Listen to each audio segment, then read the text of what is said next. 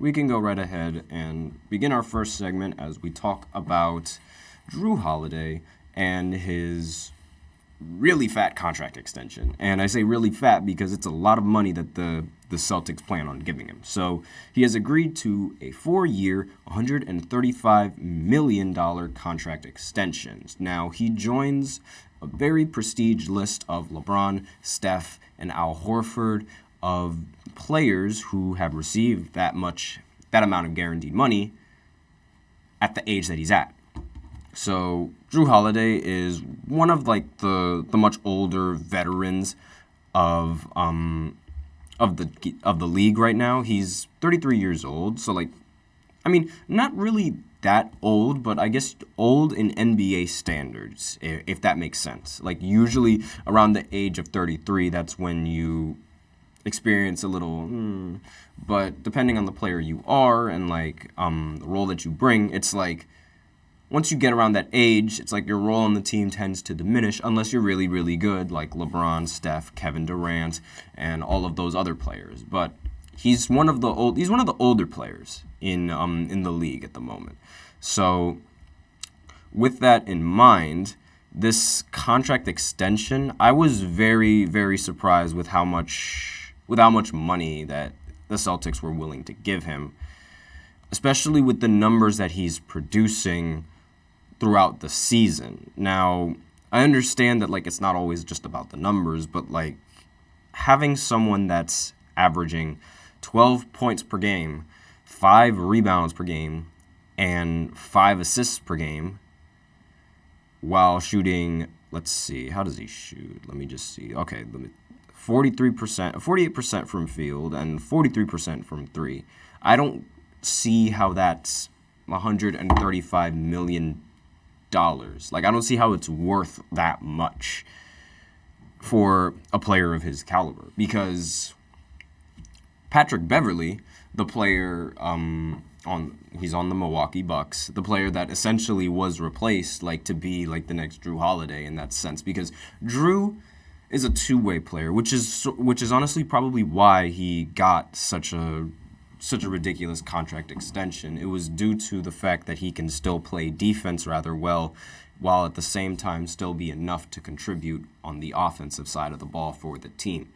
But Patrick Beverley, now he's the backup point guard for the Milwaukee Bucks, being back up to Dame, obviously. But even though he is a backup, he is averaging more points than Jrue Holiday, just as many rebounds as Jrue Holiday, and just as many assists as Jrue Holiday. And if you are a casual and if you are an NBA fan, you know that Patrick Beverley is not worth $135 million. You just know he's not worth that. And the fact that they're averaging similar stats, but Jrue Holiday is getting more money, it's very, very odd, in my personal opinion, because it's you're giving that much money to a role player? Was it really that worth it? And it just really confused me, this entire signing. I knew they needed to sign him. I knew they needed to re-sign him. That was the goal, because he is a contributor to the team. But for that much, I don't think he was worth that much. That's just my personal opinion, however. And this is also being a little bit awkward because Jason Tatum is expected to also sign an extension coming to 2024 free agency. He doesn't become a free agent yet. He becomes a free agent in 2026. However, he is eligible to sign another contract, which will in turn give him more money. And seeing as how Jaylen Brown is making more money than Jason Tatum already, Tatum is most likely going to want a lot of money coming in from the Boston Celtics, way more than what they're giving Jaylen Brown, because Jaylen Brown is the second option, yet he's getting paid like a first option. And that might sort of rough Jason Tatum the wrong way a little bit, because it's I'm the number one option, yet I'm not getting paid as much as the second option's getting paid. And it might rub him the wrong way. Because, like, I mean, I would definitely get rubbed the wrong way if someone who I know I'm better at a game than them is getting more recognition for it than I am, because it's like that's hard work and dedication. And I'm not saying that Jaylen Brown isn't dedicated to the game, but, and I don't want to criticize him, but his game he's not as ambidextrous as you'd expect a superstar of his caliber and with the amount of money he's getting paid to be. He is not ambidextrous when finishing around the rim whatsoever. And I'm trying to be a little bit nice because the media did nothing but criticize Jaylen Brown the entirety of the playoffs against the Miami Heat, when every single time Jaylen Brown literally kept losing the ball because his left hand is his weaker hand. And obviously, like, you know, with your left hand being your weaker hand, you're not going to be able to do the same things you could do with your right hand. However, as an NBA player, it's somewhat, at least this age of the game now, it's expected that you can be ambidextrous. Kyrie Irving has sort of set that tone of expectation where it's like he can finish just as good with the left or with the right or the left hand. I said right for my left hand, and then I said left for my right hand because of how the camera's facing me. That's it's ridiculous. The people on the podcast won't understand that, but the people watching the stream, they would. But regardless, it's like he's ambidextrous enough to be able to finish around the rim with both hands. And Jaylen Brown, and not only that, he's also competent enough to dribble the ball with both hands. And a lot of NBA players are extremely competent at doing that now. So it was very, very apparent that Jaylen Brown, the second option on the Boston Celtics, was unable to do it as good as some of the other players getting paid less money than him. And that's obviously going to rub people the wrong way, especially a bunch of Celtics fanatics and things of that nature. And it's also going to rub Jason Tatum the wrong way because, again, he is due for a contract extension. So how much money are they willing to give him? Like, how much money are they going to give him? Because Jaylen Brown is on a 5-year, $304 million contract, and it's the biggest contract that in NBA history.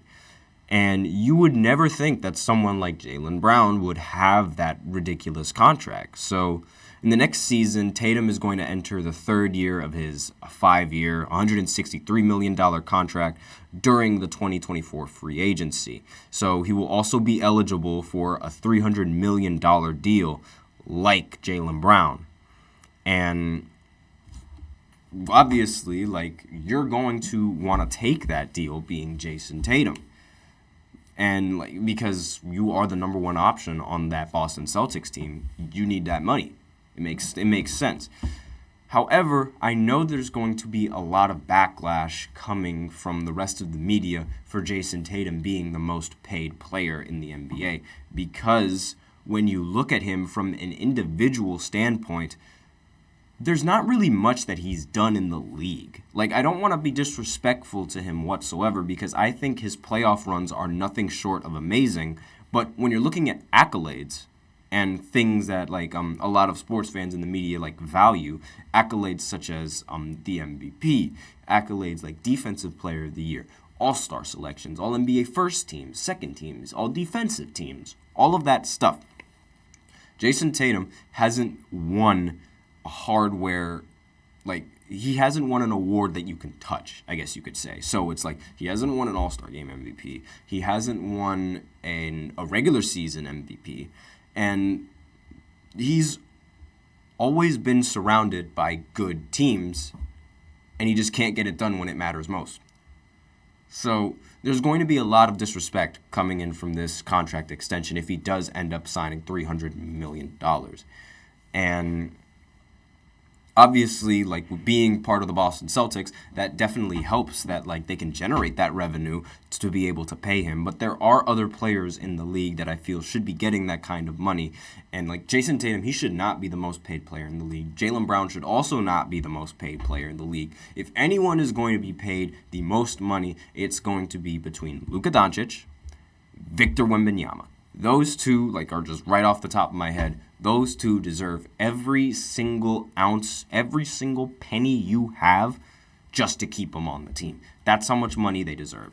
And let's see if I can name any other players that belong on that deserve to make more money than that. I can't really think of any other player like that. And honestly, I'm a little bit crazy for saying Victor that deserves all that money because it's only been one season, and a lot of people might call me crazy for that. But given what I've seen, he's only going to get better.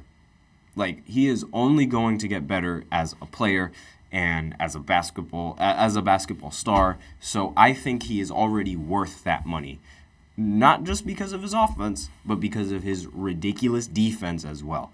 And he might not win Defensive Player of the Year this year, but he will win a lot of them with the amount of blocks that he gets.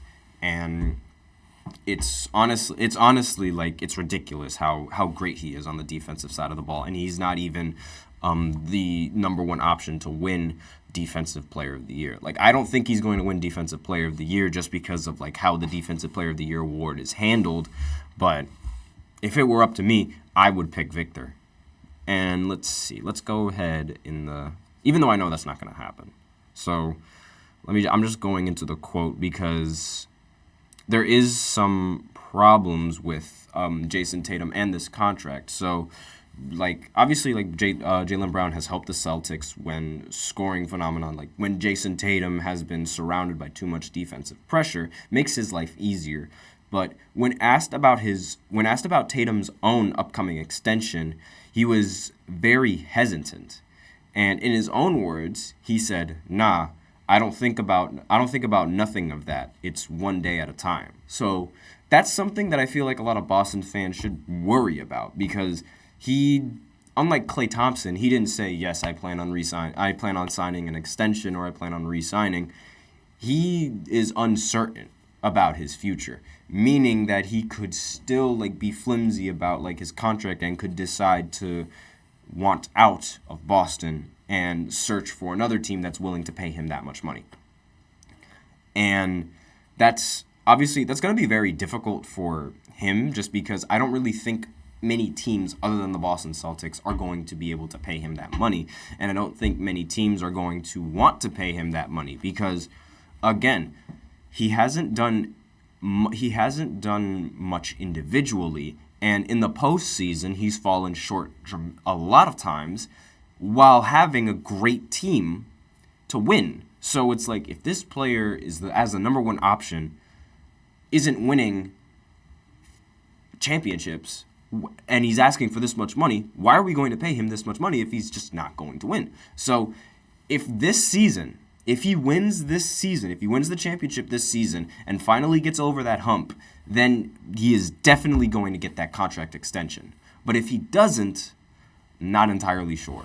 So I feel like Celtics fans should be a little bit worried about that. But with that, we are out of time for this first segment. So now I will be going into the second segment called Basketball Buzz, where I talk about all the big stories that are going on right now not really big stories, but all like the little stories that are going on around in like the NBA and basketball that a lot of fans like really like and are kind of important, but not necessarily important to the season, but just important in basketball world. So I will be right back after this short break.